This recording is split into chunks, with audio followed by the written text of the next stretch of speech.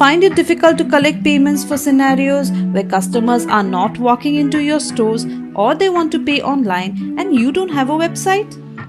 No worries, we got you covered. Accepting payments is now easier than ever with Ingenico ePayments. With our contactless payment solution, now you can collect payments online in a fully secured and hassle-free manner. Generate payment links depending on your business requirements and go contactless. Get frictionless payment experience with Ingenico ePayments. Sign up now. Starting in 2 minutes. We're just waiting for more participants to join.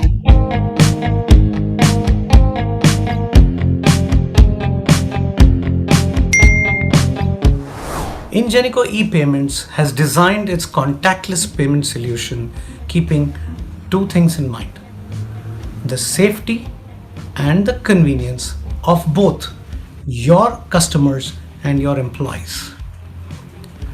For all the automotive dealers, this is a game changer.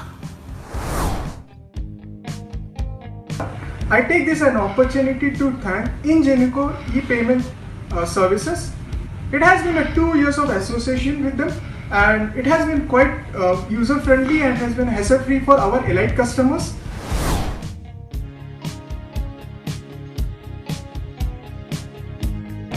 हम लोग इंजीनिको से 2 साल से relationship में हैं और 2 साल में हमें इंजीनिको से रियल में कोई भी प्रॉब्लम नहीं हुआ है. Thanks to Ingenico, such a wonderful relation and cooperation and your services. Love you, Ingenico.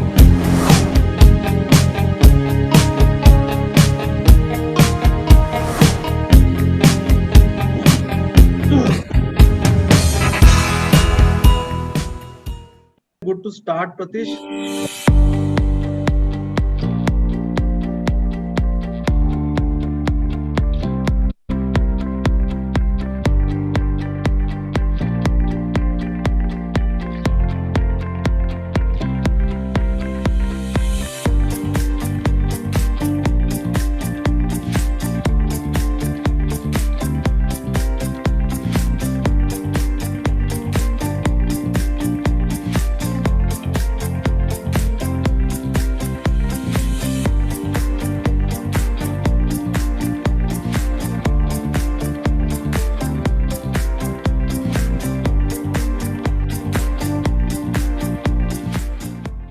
Okay, hi, this is Rahul Sethi. I'm head of marketing in Ingenico Payments for the region. I welcome you all to our second episode of Ingenico Insight webinar series. In this series, we cover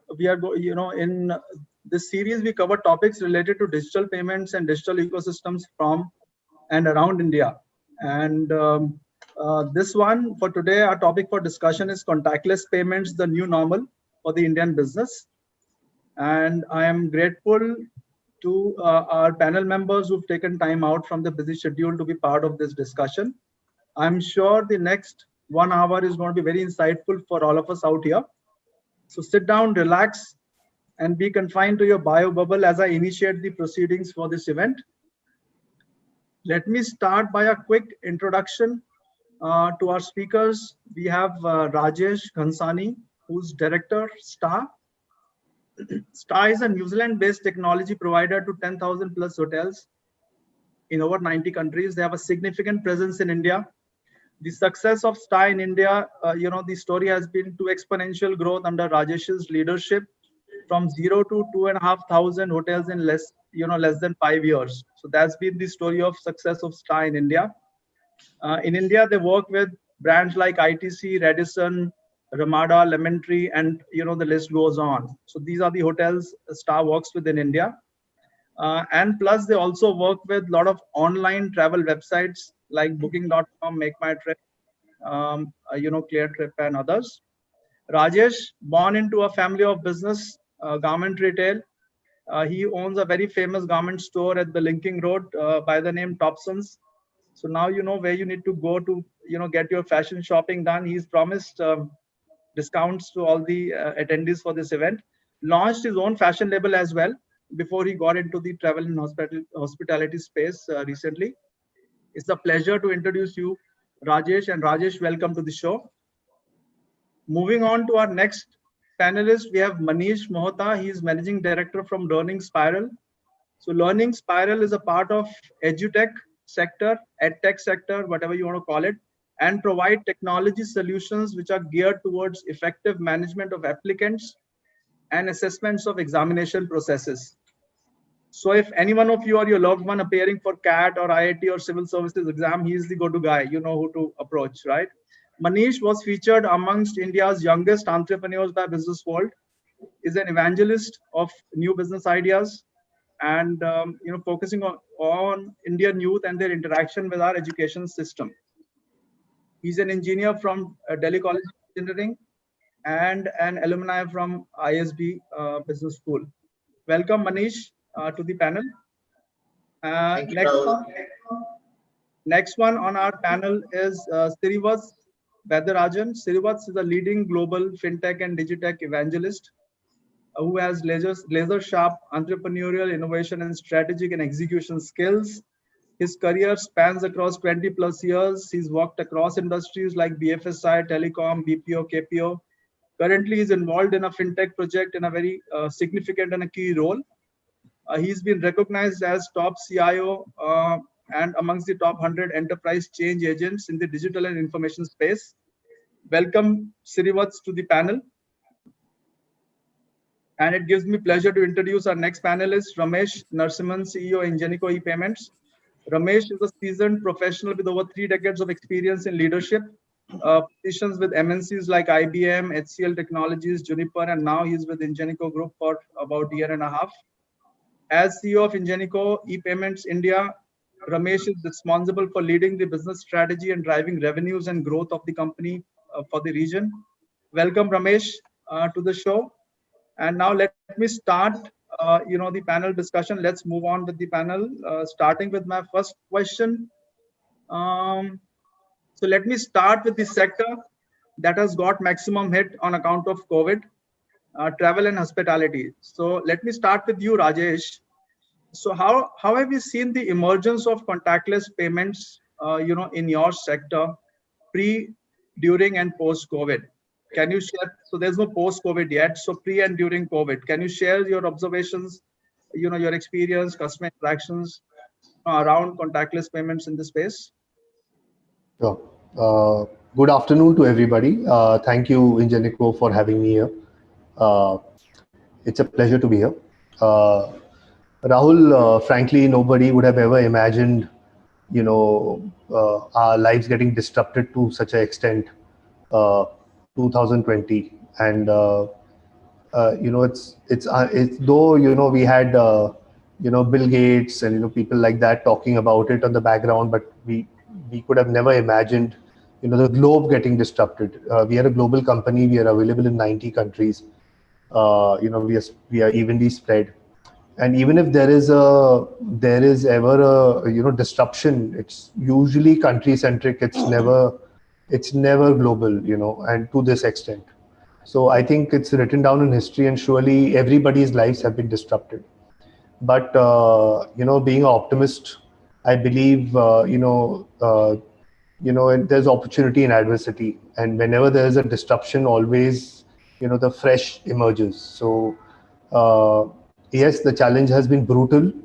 The poor have been hit.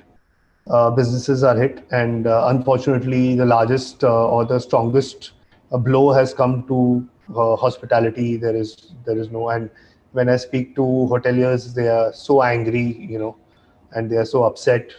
Also, in terms of government support, or even in what is going on, because they can't see them losing their business. The blow is brutal because it will take maybe a year for them to recover, maybe more. I don't know, because the dent has been very deep. Having said that, I'll jump directly into the effect that it has caused. Surely the digitalization and adaptation towards e-commerce has been the whole process has been speeded up thanks to COVID. We see elders 80 plus, 90 plus now going online and booking. So be it in any sector, and even in terms of retail or in terms of brick and mortar retail, or even in terms of hospitality. We see, and hospitality anyways, the shift was anyways coming. We see around 7 to 8 years back, any developing country, mostly by and large, developed countries have a 80% online, sale and through online channels. In underdeveloped countries or developing countries, it starts off at 7%, 8%. Like we saw in case of Sri Lanka, we are market leaders there also. Or in terms of maybe Bangladesh, in countries like these, we see emerging, but they grow up very quickly to 25% of adaptance of, technology. In India, currently, we should, by and large, I could average it out to a 50% plus bookings coming from online, and developed countries like US and Europe, we would see 80 or 90% sales coming from online. Now, having said that, we've had this flow anyways in the hospitality, but contactless check-in, contactless even retail is emerging, and happy to go on this topic as we go with the flow. Sure. So, how do you see the trend emerging, over the last 6 months? Have you seen the trend moving upwards in terms of hotels and restaurants adopting this particular technology?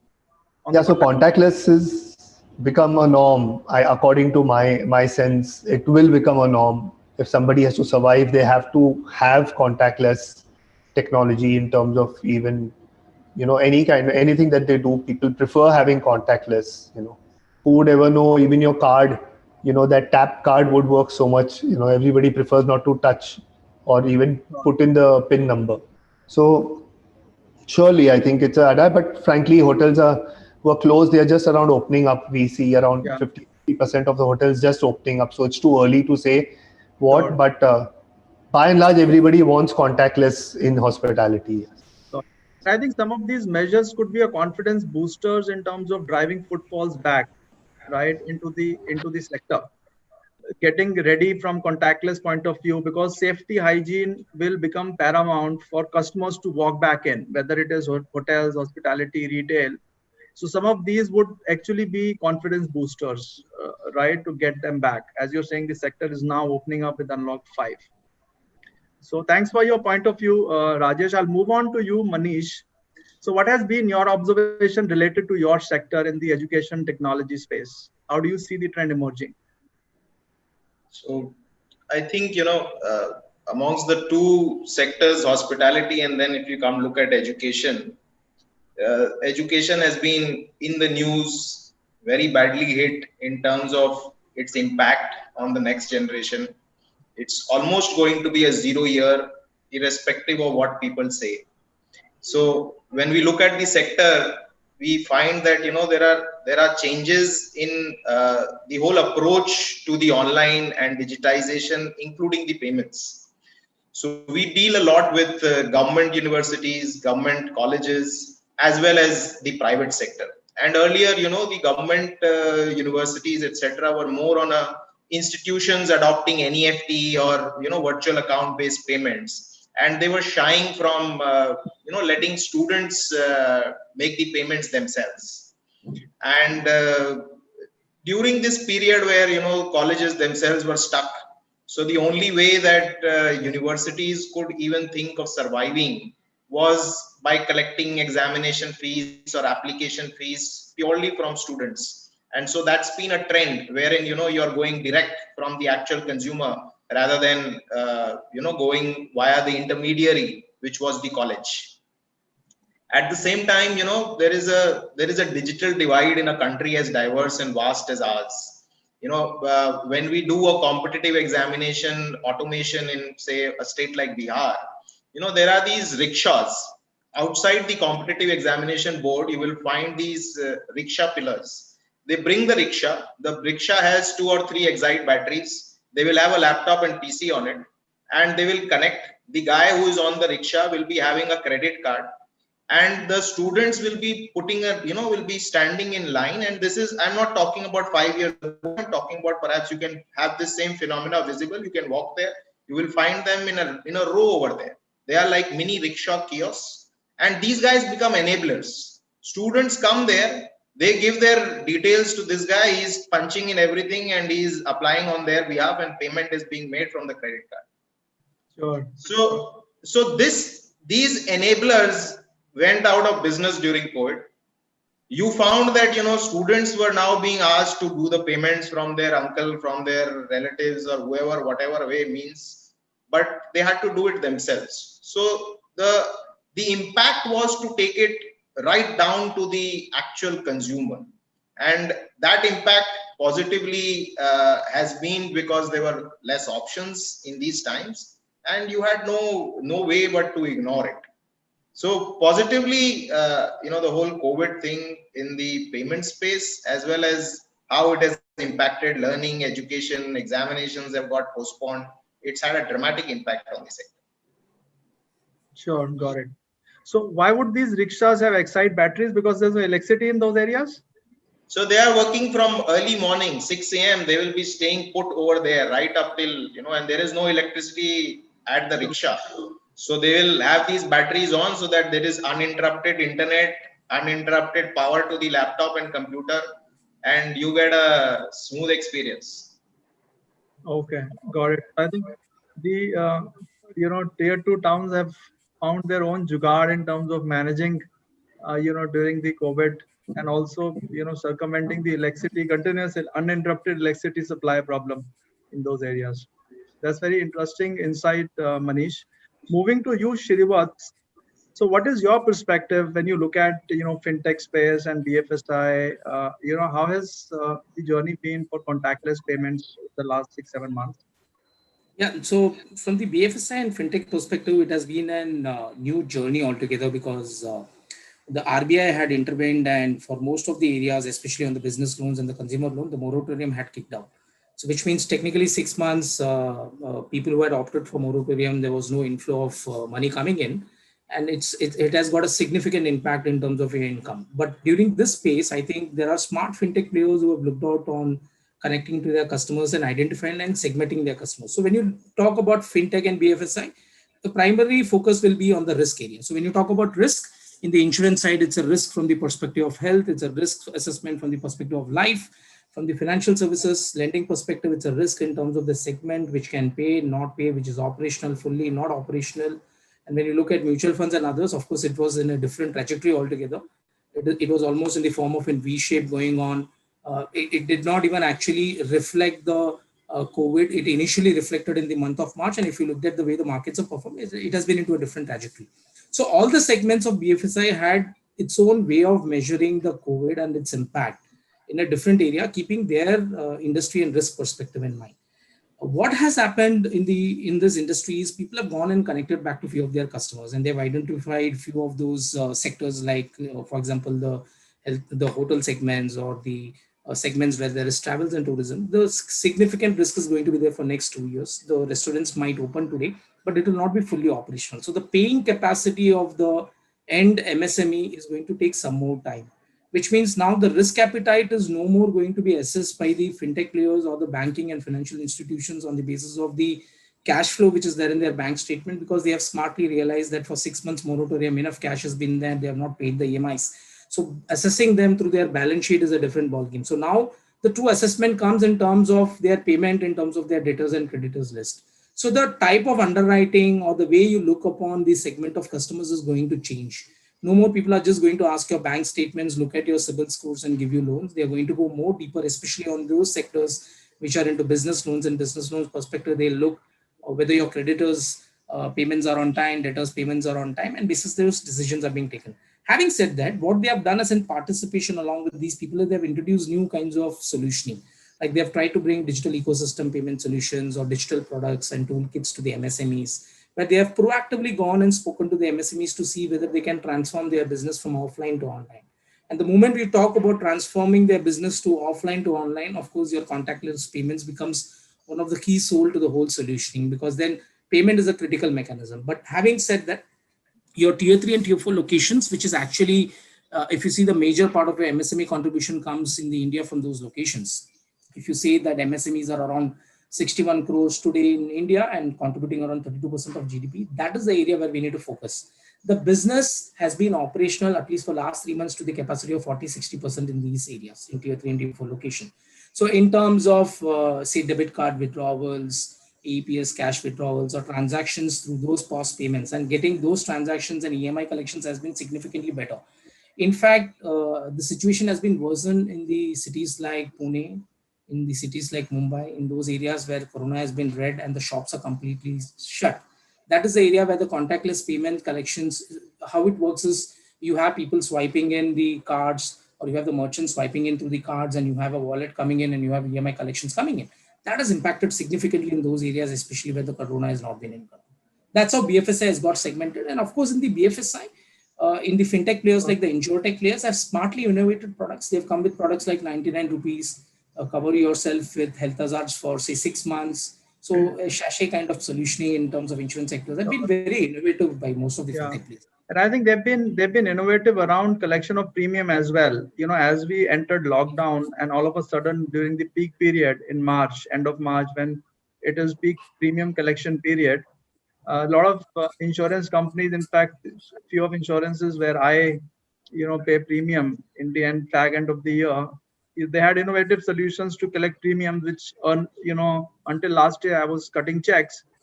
We had automatic links sent to us on mails or SMSs to, pay the premium. So they also innovated, need of the hour in terms of making sure their businesses don't drop, and came with some innovative solutions there. So very insightful, Shrivas. Let me move to you, Ramesh. Would you like to sum up your experience again in terms of applicability, adoption, contactless payments across sectors?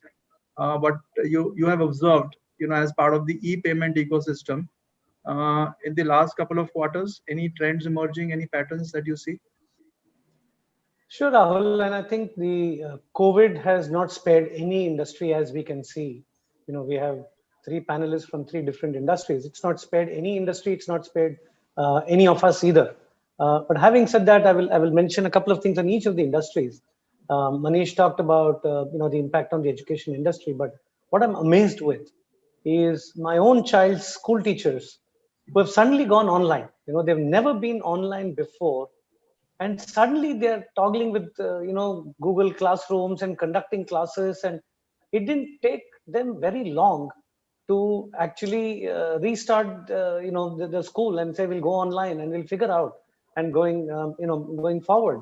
And they struggle with the students, but I think in a matter of a couple of weeks, I think it went pretty much smooth, and the children started attending classes, and the teachers started running everything online, and they even started conducting online exams. So I think when I see that from Manish's example, industry, that's one thing that I see. And then I see from Rajesh's perspective from the hospitality industry, many of the restaurants began to go cloud kitchen model. I mean, I think until yesterday in Mumbai, day before yesterday, you're not allowed to dine in a restaurant, but they I think as part of Unlock 4.0, they changed the rules, but they started supplying food to home. And BFSI, what you mentioned, Rahul, for us was a wake-up call. In fact, we got this call from the persistency head of an insurance company on 2nd of April saying, look, we've not been able to do any collections. And for historical reasons, Indians buy most of their insurance probably in Jan, February, and March, right? That's the big season for insurance.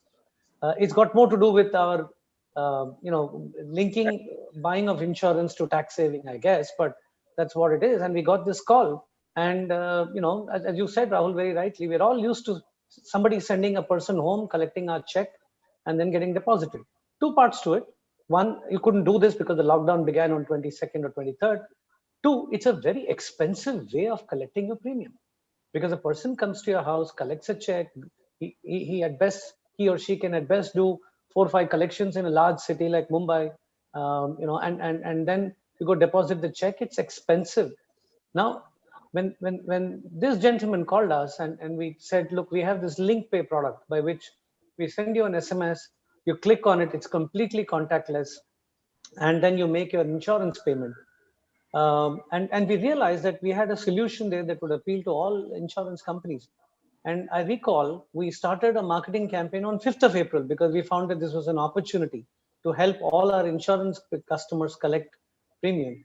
And happy to say by June end, we had over 100 customers beyond insurance companies signing up for this facility, right? So if you see, that is how I see the impact what I call, a couple of key trends that have happened, Rahul, if I see it. One is the flight to online. We really didn't have a choice. Our neighborhood grocers who started opening the store after approval from the government because they are an essential service, who only collected cash, now we're willing to take some form of online payment or the other, right? Similarly, the neighborhood medical store, right? I mean, we needed medicines. They were allowed to be open because they're an essential service, but with some guidance of maintaining social distance and everything. But many of them used to only take cash, now have switched to online overnight, right? So the flight to online has begun, right? Thanks to the pandemic. And the other important thing that, as when you say consumers, we are also consumers, right? The need for hygiene, transparency. Today, whatever we do, we want to engage with a bank. Banks were running with all branches open, right? Srivats, they were all running, banks were open with their operation staff in the branches. And so the whole hygiene thing became very important. And then, of course, from a behavior standpoint, some of us went back to basics, do it yourself, because you had no choice. Nobody was allowed to come to your house. So we started doing things, discovering skills that we never had, or learning skills that we always wanted to, but never had the time or the inclination to learn, right? I'm sure each one of our panelists will have their own story saying, I learned cooking or I did something. And of course, then the takeoff of the home economy, right? I mean, the whole OTT, gaming, entertainment, which took off during this period, right? So we see these as trends. And, and when I say this, I must count our blessings because we are a digital company, digital payments company, and we've always been working 24/7. And I still remember arguing with our head of tech and head of delivery on 15th of March. And, my team members thumping the table and says, Bombay mein local trains will never stop. And, but despite that, and we've done our BCP, right? We've been practicing our BCP, business continuity plans. We even, every rainy season, we get a chance to actually test our BCP plans, one office to another, because we actually have to do that. Bombay rains are, very, very, heavy. But no one was prepared for this level of business continuity planning, right? I mean, everything complete shutdown. But actually, we managed to ship equipment home to our employees. And come 23rd March, we were still live, we were still working. And the trend we saw, initially in April, it was a real bad downtrend because everything was shut. Even shops were not sure that the police people will allow them to remain open.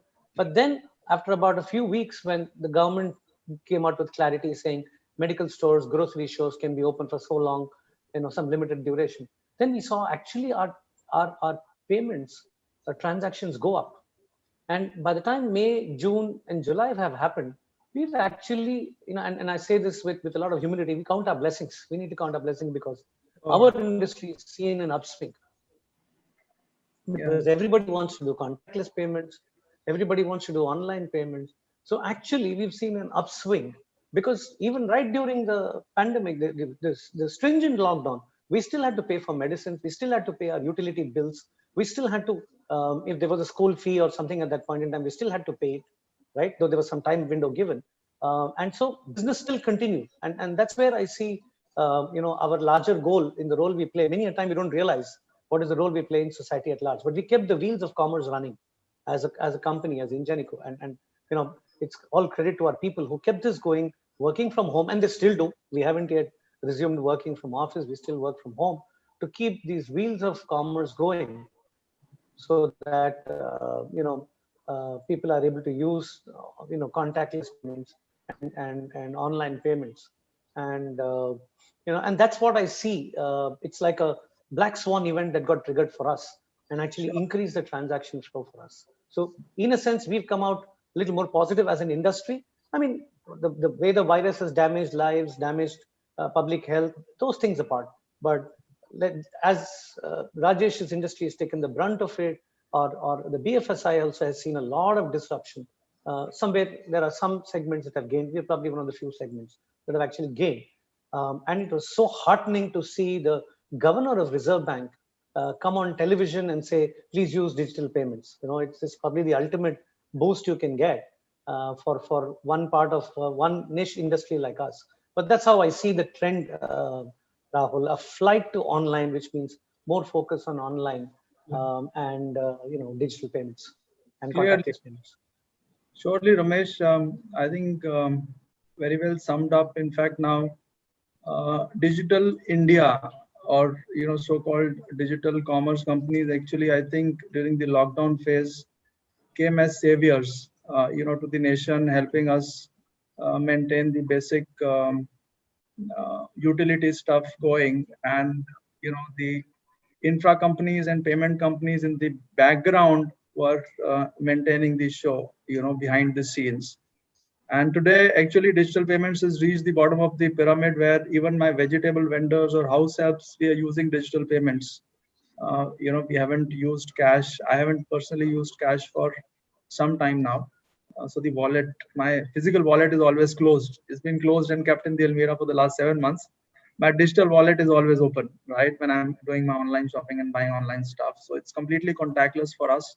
At least we've been in our bio bubble for the last 7 months now. So time for a quick audience poll before we move on to the next point of discussion. Although nobody asked for any lifeline here, none of the panelists asked for a lifeline, but still, I thought it is good to gauge the audience pulse on this topic as well. So, Pratish, would you put up the audience? ये आपके screen पे question आ रहा है अब with 3 multiple choice answers. You just need to pick the answer which you feel works for you. Starting with the first question. So cash handling over the last 6 months is a multiple choice question. Is it same as before, reduced by up to 50%, or you've gone almost digital? Applicable, if you are an organization, think as a company and also think as an individual.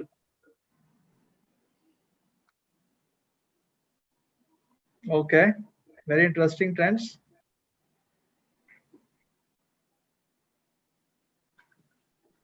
I guess all of you are able to see this audience poll. Rajesh, can you see the audience poll? Yes, Rahul, I could see it. Okay. I've already submitted also. Okay, we'll wait for 30 seconds more before we end this poll.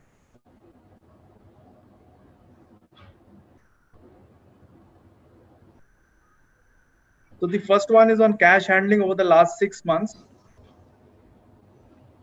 We have 0% answering same as before. So obviously, same as before is 0, reduced by up to 50% is 50%, and gone almost digital, almost cashless. 55% of the audience believe that almost digital is what there has been over the last 6 months. What's the biggest advantage of you getting contactless payments for your business? Safety and convenience, right? So, point what we were discussing, Rajesh, that to build the confidence of the customers back into retail stores and the hospitality, it is imperative now to actually look at embracing these innovative technologies which maintain safety and convenience, both for employees as well as the customers who are walking in, to eliminate as much as possible physical contact. Flexibility of payment is number 2, and operational efficiency. Thanks a lot, audience. We've got good participation here on the poll. I will end this poll now. And here are the numbers. So, do we know how many responses we got, Rahul? Just curious. Yes, we got about 60 votes and 50% of, so the first one, cash handling over the last 6 months, 54% of the audience actually have gone completely digital, almost digital, right? And I am part of that, I did not vote here, did not want to put in a bias, but gone almost digital is 54%, and reduced by up to 50% is 49%. So it is between these two where we have the majority of the chunk. Same as before is zero. Biggest advantage for you to offer contactless payments in your business. Safety and convenience takes the cake here. Number one, 63% people believe it's safety and convenience, and flexibility of payment, is number two. Operational efficiency is also, out there. Okay, so I will move on to our next point of discussion here, and let me start with Srivats. So Srivats, our next question here is more to do with challenges and business readiness and customer education. So how do you perceive the readiness in your industry to adapt to this new changing environment, right? Both from channel point of view and also from customer point of view. Do you think the market is ready, or there is no option? So what are your views around this? If you can reflect your opinion related to your sector, fintech, BFSI. I think you are on mute. Shrivas, you'll have to unmute yourself.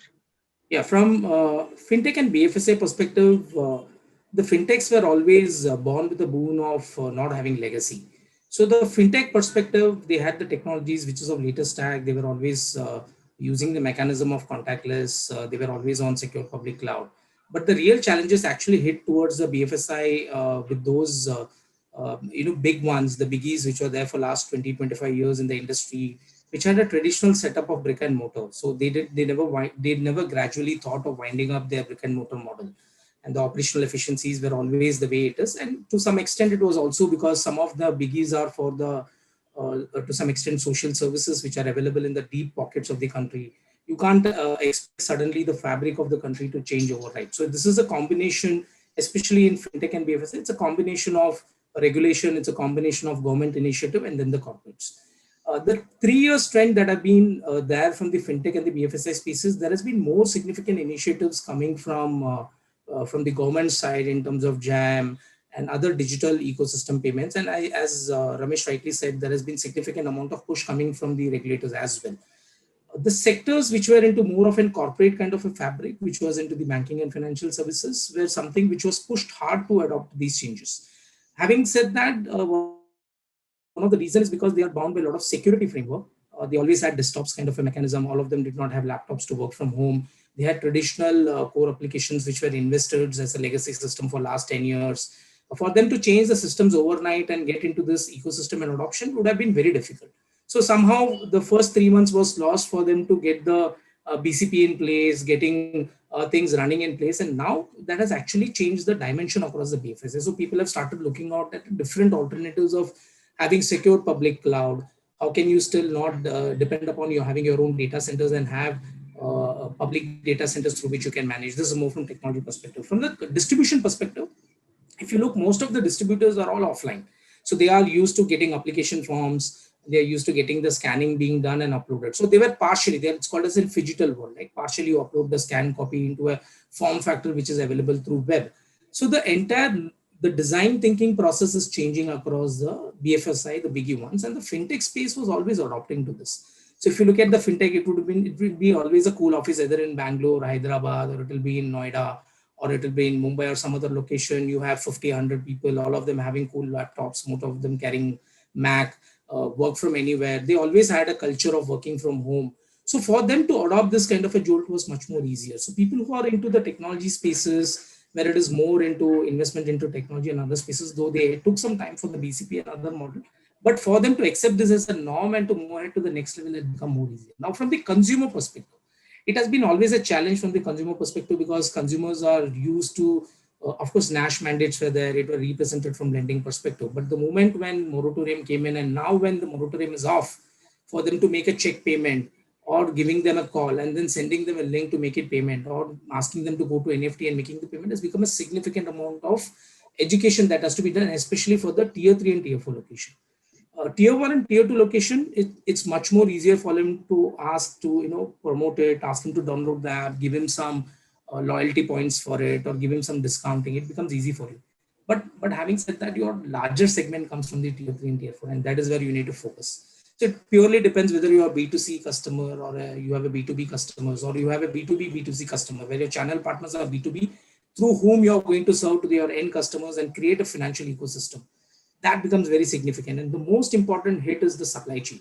So you can't ignore the supply chain in the whole sector, right? When the supply chain goes from top to bottom, you need to create that financial ecosystem to every segment of the supply chain. If you give just the capability and technologies to the retailers, it's not going to help. You need to give to the wholesaler who is supplying it to the retailer, and then to the manufacturer. So having said that, in the fintech space, what we realized is, irrespective of whatever capital is, yes, very important. You need to be significant in terms of capital. It fuels your business, but you need to recognize that you need to identify various tools through which you can also not only provide capital but create efficiency across your supply chain. I think now the BFSI and fintechs are going to focus more on the entire value chain in the supply chain and see how deeper they can work with their distribution models beyond specific to insurance or beyond to finance, how they can be more participative in helping their business to become more agile and digital. That's where the focus is going to be. Sure. Cool. Thanks. I think very insightful point of view for the BFSI space. Manish, what do you think in the education sector? What are the challenges you foresee, and you think the market is ready?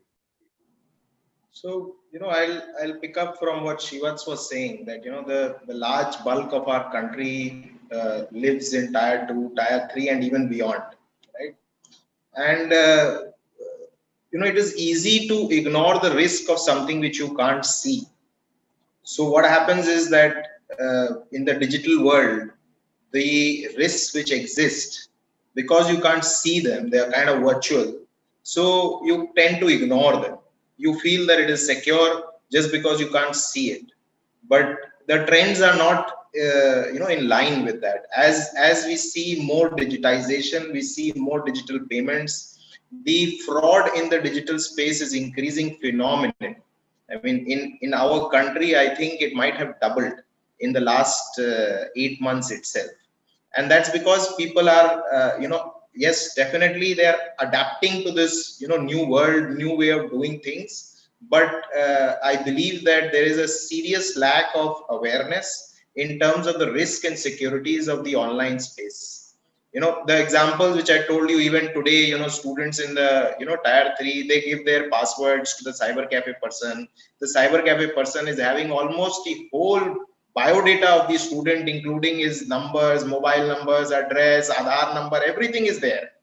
I mean, it is easy to put 2 to 2 together for a smart person who is into, this kind of crime.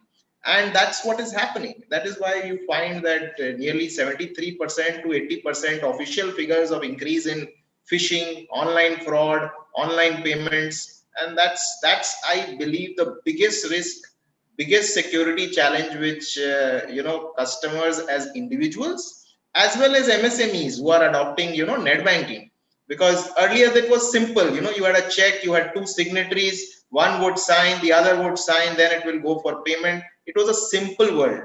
Now you are wanting to have net banking, 2 signatories in it, which computer you will be doing this from, what is the security of that computer, if that IT person is going to operate that computer itself, you can imagine where we are making compromises without even realizing.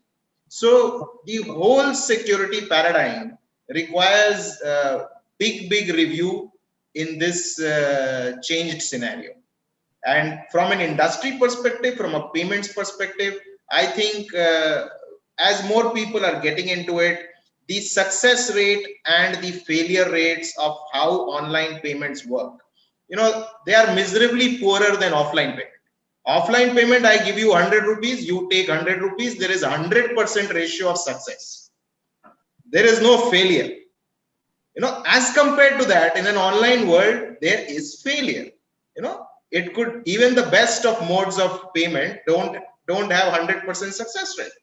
So there is a way that we need to progress if we need to beat the physical world, because that's the surety I need when I'm making a big payment of 50,000 rupees of tuition fees. I don't want to have that screen which says that, payment debited on my mobile and 50,000 off from my bank account, and now I am at a loss. It is unnerving. And it might be for even 7 days to 10 days, it is very unnerving. And for a person from a humble background, it could be, it could create panic in his mind to an extent that you can't even imagine. Sure. So there is a big gap that we need to fulfill from a technical technology perspective. That how do we get this at well above 100, if not 100? Sure. No, I think valid point, specifically, as you mentioned, tier 2 and tier 3 cities where the connectivity also becomes a challenge. And because of slow connections, sometimes the payment fails, and it will create a panic if it's any amount is significant, in those parts of the country.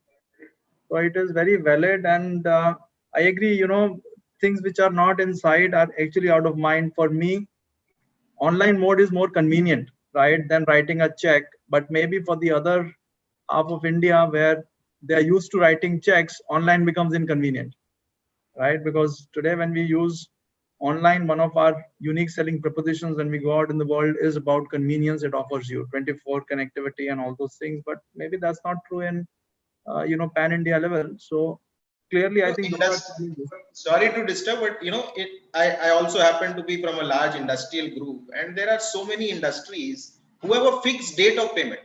Every week, Friday checks only payment will be made. So it's a simplified world. The vendor knows he will get payment on Friday only. There's no walk-in, there's nothing, there is no follow-up. It will get paid on Friday. Sure. So I think those are areas which will take slightly longer to move on to this bandwagon, and but we can't get them lag behind. We have to take the entire nation together. If we are talking about digital India and digital revolution, it has to be across India, pan India, across sectors, across segments, across set of users. Thanks for your point of view, Manish. I think very insightful. Moving to Rajesh, what do you think, right? The challenges, and do you think the market is ready from the hospitality, retail, point of view, restaurants point of view? I think, surely the COVID has forced people to, accept digitalization. There is no way but moving towards this way. And yes, the tier 3, tier 4, and the challenges of adapting to new hardware, if I may call it, or even adapting to newer devices, if I may call it, which will be a challenge. Your internet connectivity, like how our friends say, that's a challenge, and there are several challenges. But having said that, people are working the way around, or the jugaad word that you use, I think people are working their way around. Even one of the key points that Srivats pointed, the theft is not spoken about as much, but I think all these challenges will be overcome. But on the larger picture, I surely see a surge, and what we saw for demonetization, I think this has only forced it even further. And even though after demonetization was over, we did see a recline position in digitization of payments. But now we see, there would also be a correction. There was one of the questions of the panelists. They will also see a connection, where surely water will find its own level, but the surge cannot be taken back, because I think people are adapting to new technology. And in the hospitality already, people had embraced online payments, cashless, but contactless, which is a new feature where in our industry, where the customer can or the client can directly walk into his room, check in online. I think these have become more like norms. And most of the technologies, say proudly that we have contactless, but contactless can go to a different dimension, right? I think the creativity, of the provider is pushed, and India being, a country with full of entrepreneurs, people do work very hard to bring in the uniqueness, into every field. So same way, Imagine walking into your hotel room, without having touch anything, maybe with a mobile phone, you could punch in the key number and the door opens, right? So there is so much more, and we already are in the place where everything could be, if you see a hi-fi vision movie, where you can envisage what could happen in the future, virtual reality. I think all this is coming in, and it's for the betterment for us, because it will make our life, the technology always makes us life simpler, always makes it solves problems. So I think this is problem solved, and surely it will only speed in the process. Sure. Yeah, so that's very encouraging to know. Ramesh, moving to you, for your point of view, how do you see challenges, in this space, various sectors, industries, market readiness? What's your perception there, understanding? Yeah, sure. Before I answer your question, Rahul, let me make a candid confession. So on 15th or 18th of May, Friday, when we said, look, we don't know what's going to happen, my CFO actually signed 3 checks and said, Ramesh, you live close to the office, keep it with you, so that if somebody needs a check, you can sign it and give it, right? And those 3 checks are still lying safely in my bag, right? And so, yes, Manish, you obviously put a, a real, pointed to the obvious. Though we are a digital payments company, many of our payments were through checks. But the good news, Manish, is even our bank has adopted new ways of working. And so today, as you said, with the 2 signatories actual being copied, banking has enabled us to do, conduct business online rather than sign checks. And I doubt, Manish, will be going back to the old ways of working. Some of these are here to stay. Like our insurance customers who've now saved money instead of sending a person to your home, it doesn't come cheap. Each check to be collected in large cities, you pay anywhere around 150 to 200, and in the hinterland, you pay far more because the person has to travel greater distances. I think those practices will completely halt, because it's far more cheaper and a better, safer alternative for the insurance company, or even the loan, the NBFCs who send people to collect loan checks. It's too expensive to go back to the old ways of working. But having said that, I think it's where this will make a big impact, as I see it, is in the digitization of brick and mortar companies. Banking and finance, as Srivat said, as Rajesh said, hospitality, education has been online for quite a few years. It's not something that's happened overnight. People, how many of us have actually gone and ever updated a passbook? When I started my career 3 days ago, you did it religiously every month. You updated your passbook. Now we don't update our passbook. It's been probably almost 15 years, 20 years that I have never updated a passbook. And I rarely visit my bank branch at all. I don't see the reason to visit a bank branch. But the challenge is really for the brick and mortar companies. And if they have no choice but to march towards digitization, which means that they have to digitize their supply chains. You have to digitize your customer channels, and you have to adopt newer technologies, which means at some point, every brick and mortar company actually becomes like a software company, right? And how do you build software these days, Manish? You just take stuff which is available as freeware on the web and put it together and ensure that you go live as quickly as possible, which means the onus of defining security falls on us, or falls on the companies who put these software tools together to digitize faster. There's no running away from it. But the real impact will come there. And I'll give you one of our examples. We work very closely with a large, automotive major. And we've all had this experience, right? When a car is up for service, either the workshop guys will call us and say, sir, we'll pick up your car and drop it back to you. And then, we'll send a person with a POS machine, which you can pay. Or many of us who have the luxury of having a driver, the driver takes the car, gets the car service, brings the car back, right? But you still have to make a payment. So either you pay through a check, or you pay cash, or, they send a POS machine. Now, this is one area that we focused on, and we started working with this automotive major, where for service, they will, whichever way you send, either they pick up the car or you send your car, they send you a link, pay a simple link that comes to you on SMS, you click on it and you pay the bill, right? Whatever the service cost is. And so now they're also using the same thing for booking amounts. Nobody is going to pay, price of a new car on a credit card. Nobody is going to buy it on a credit card. But then you can use net banking, other channels that you have, various payment modes you have to make such payments. So I think it's a great example of a brick and mortar company or brick and mortar organization, which is kind of digitizing its front end sales channels. And if you see, actually, there's been a plethora of new product announcements by the automotive companies.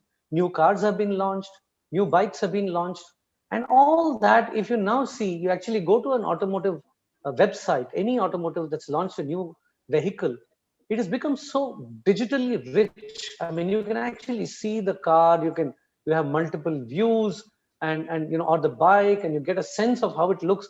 Eventually, you will go to a showroom to buy a car. I'm very clear about that. Or whatever supply chain digitization you do, you still need factory workers on a shop floor to build your car. You cannot eliminate some of that stuff. I completely, I'm realistic about that. Either you have robots or you have people assembling the cars, or many of the stuff that we produce, whether it be furniture, somebody actually has to, some carpenters sit and make the furniture, right? So that part, you can look at some amount of automation, but the process automation across the supply chain, right, is something that is very crucial, as well as digitizing your the front end, essentially your customer channels. I think these have become very key to a lot of industries. For example, another example I'll give you, the automotive is one. People's need for diagnostic tests have never gone down because of the lockdown, stringent lockdown. One is the COVID related test, but we all know, I mean, some of us test ourselves, our aged parents, for diabetes and sugar and the regular routine blood tests you do. So we worked with the diagnostic companies and said, can you do contactless and payments through the link pay that we have? You send an SMS, the person pays, you specify the test you want, and there's a person who comes to collect from your home the sample, and then you get the test results, right? So another example that I can share with you, the end industry is a diagnostic industry where we work very closely and help them in the digitization journey, because digital payments comes at the last part, but in the digitization journey, how we can make an impact as far as customer channels are concerned, right? There are many companies with whom we work with from a B2B perspective as well. Manish, you talked about it. How do B2B companies, the industrial companies use collections? I mean, and I mentioned the example of the insurance collection. So we have quite a bit of digitization in the payment space, which can help in monthly collections. So these are all the stuff that we've been doing along with our customers, because who consume our services, to be able to make a real impact, and to our customers and the customers' customers, right? Essentially, the consumers at the front end and the businesses at the next level. So it all kinds of adds up, but the challenges are still there. As I said, when you bring 1,000 factory workers to your factory, how do you ensure their safety, make sure they don't fall sick? All that is something very important. I visited a mall after a long time last Sunday. Now the mall is open. There are shops that are open. Some shops have obviously shut down, unable to take the effects of the lockdown, but the shops are functioning normally. There is a lot of footfall. And when I talk to industry leaders, many of them say that they're hoping that the festive season, which begins on 1st of October in India, will spur a demand for a lot of goods, whether it be appliances, whether it be clothes. The festive season in India essentially starts early October and goes on till November. And this time, Diwali itself is in November. So they're hoping that the green shoots of demand, come true in the festive season, because it's very crucial for them. And also, Rajesh, I mean, I've read some articles again, and your experience being in industry, people have now started going at least to nearby vacations, for a weekend and coming back. So at least some hotels, which are closer to large cities, are seeing some footfalls and some business, right? So, people have learned how to cope with this and are also looking at solutions, which many service providers and product manufacturers are providing. And that's something that we feel we are in the middle of it, with this whole ability to provide an online or a contactless payment solution.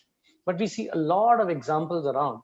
And as I said, we started ramping up our payment transactions volume that we saw right from May itself, even before the e-commerce players were allowed to start operating. Right, and in June we saw a significant surge. So I guess people are certainly able to figure out something out of all this. As Rajesh said, in adversity there is opportunity. I think people are making the best of that opportunity. Sure. Thanks, Ramesh. Thanks for your point of view. So guys, we are out of time on this one. We will quickly move to the questions. And my request to the panelists, be short and crisp with your answers. Rajesh, let me ask you the first question. So this one is directly on the webinar question answer tab. So this is from Vikram. He is asking this question: how do the panelists feel about the growth of cashless industry after COVID impact is reduced? So I'm specifically pointing this to you. So, right now, anyways, your industry is maximum impacted, but now they're getting ready with lockdown, unlock 5.0, opening up, the sectors are opening up. Ramesh pointed out, people are now started to visit the restaurants and, staycations in closer locations to metros and smaller cities. How do you see, right? So as they're moving towards digitization, how do you see the cashless industry growth after the COVID impact is reduced?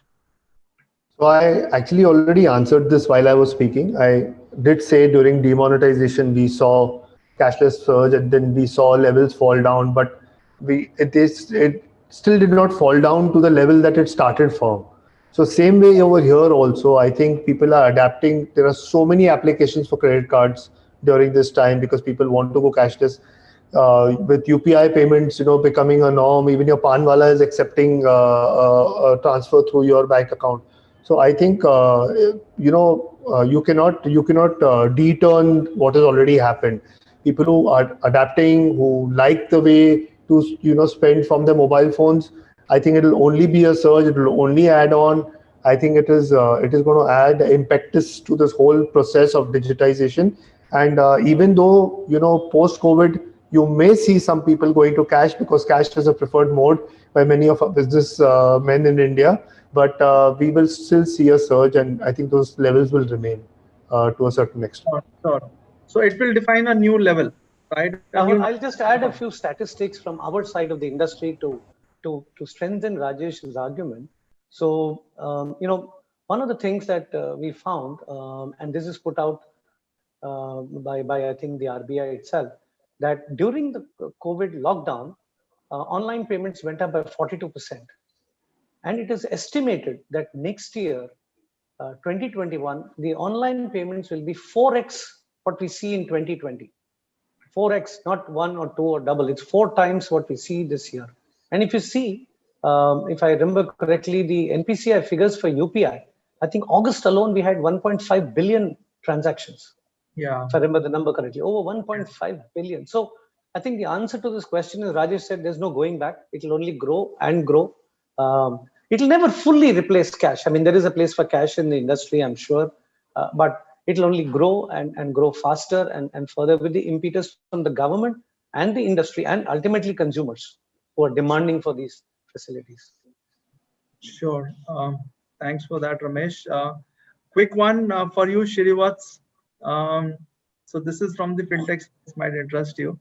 Why doesn't India, so this is from Romal, why doesn't India move to card payment system as used in Hong Kong, also called as octopus card system? While India has moved to digital, still at grassroots cash works. Do you have any? Yeah. So this is actually, this question also will, the answer to this question will also address to the earlier question. The reason for existence of cash in India largely is because that's the culture it has been, right? When you look at a laborer, he doesn't get paid in check, he doesn't have a bank account. So it's all related to your ecosystem. So when you take this jam very seriously and when you make everyone open a bank account, it becomes effortless for the person who is paying making the labor payment can deposit in the bank or transfer it in the bank, but he doesn't do that. Because why? Because this laborer does not know how to operate the card, or the ATMs are not available in his nearby vicinity, and it becomes a enormous amount of education that you need to do. It's a big change in the ecosystem. Plus, also in terms of MSME, who is fueling the economy and growth, if they have to go 100% contactless, it also depends upon the initiative. So why are they not 100% reporting everything? It's all related to the taxation. You must understand the cash is not because they really love it, they like it, they want to feel the cash. It's all about taxation. So government has taken initiative up to 40 lakhs. You don't have to file GST returns. But end of the day, they have to report income tax, right? So 3.5% is paying income tax. 97% are cribbing about it and maintaining cash because they don't want to pay tax. So this is a huge cultural change that you need to bring across the country. It's nothing related to the adoption or the willingness. It's actually rooted to how much you're willing to contribute willingly to the nation.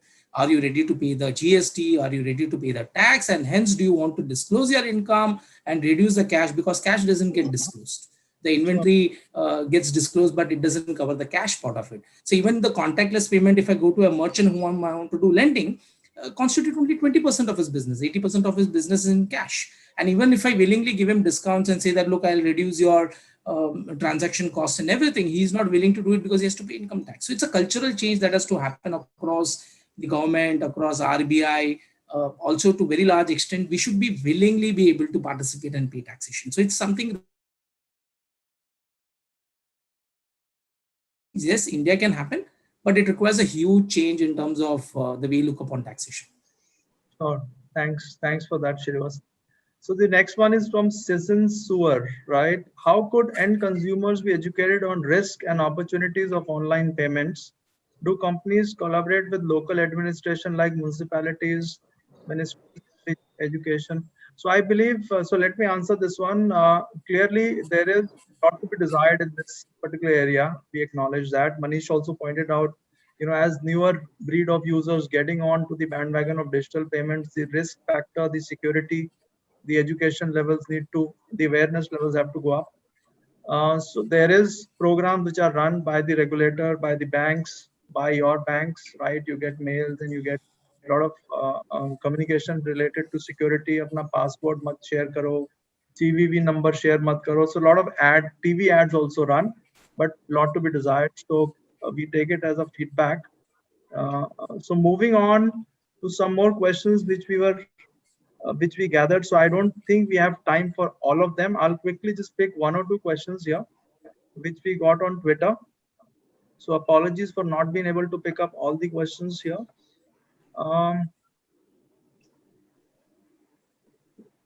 Schools and colleges, preference of collecting fees online versus offline. Quick question for you, Manish.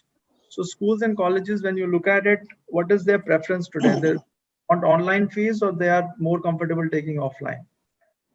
So preference before this entire lockdown episode was positively to take it offline. Education in schools and colleges was an offline world, and in fact, in a country as a culture, we look down upon distance education. Prima facie, we feel that it is inferior to a regular course done at a physical place. So that's where we come from. So definitely there was a preference during the lockdown where nothing is there. They still need to meet their obligations. The only way for them to collect fees was online. So they had to do their learning online. They had to give their services online. And having experienced some degree of the online payments, I believe with what Ramesh and other panelists were saying, that some of that habit will change, some of that approach will change. And even post-COVID, I think there will be a requirement where they will say that this option needs to be available. How many opt for what, based on what their cultural or preferences are, but they will still need to keep this option. They cannot say it's not there. Sure, got it. Thanks, Manish. So some of the questions are already been answered. So for example, cash is king by end of 2022. We'll have a paradigm shift. So Shrivas answered that in the previous question. Moving to the next one, again for Shrivas, how to tap unorganized sectors for contactless payments? Yeah, the best way to tap the unorganized sectors is one is through education. And like I said, that you need to create a lot of digital tools and adopt them, help them adopt through a digital model. Like for example, what you do is the interface between you and the end consumers clearly is going to be your retailers and merchants. You can't just overnight say that you can 100% reach to the B2C customers. That's not going to happen in tier 3, tier 4 location. So the best way to do it is create the capabilities to them, and that's how they are connected to the retailers. So what is important here is the trust factor. The B2C segment customers believe the near-based merchants and retailers more than they trust you as an organization. So that is what actually drives. And when he participates along with you in the ecosystem as a distributor, and when he influences the B2C, so across the value chain and the supply chains, the digital ecosystem change comes in. So it's a continuous effort that you need to put in terms of education and take everyone across the value chain. That's how you can answer. Okay, cool. Thanks for this. I will take the last question here. So most of the organizations, so this is for you, Ramesh. I would just want you to sum up the discussion also along with this question. For everyone, we'll end our panel discussion with this question. Most of the organizations will reinvent themselves and by diversifying businesses to survive and cope up with the new situation.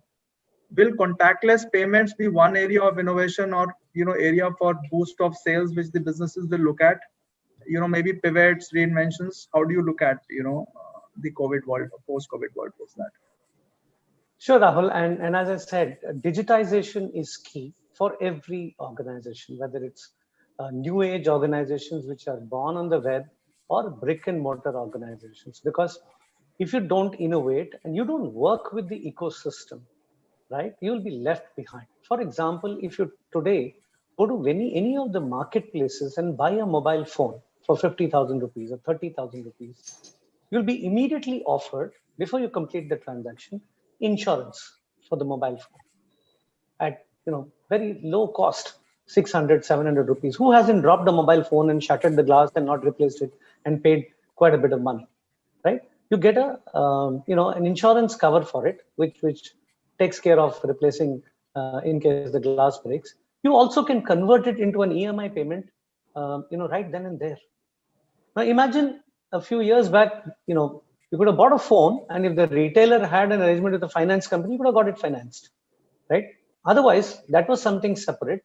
Insurance, you could forget about it. Nobody insured because you never thought about insurance. Now, this is about working with the ecosystems, right? Integrating the whole thing and offering an experience to a customer and monetizing it. It's happened in front of our eyes. I mean, I've seen this now for the past maybe almost a year, even prior to the pandemic, that with every mobile phone, you can actually buy insurance, right? And so these are some of the ways that companies have to innovate and digitize to be able to, to be able to stay relevant. And if you actually see the companies on any of the marketplace, if you buy a phone, you'll not see the traditional general insurance company that we are so used to dealing with them for either our car insurance or some other insurance. You find a new breed of insurers. And sure, you may say, a car costs 3 lakh rupees or 5 lakh rupees or 10 lakh rupees.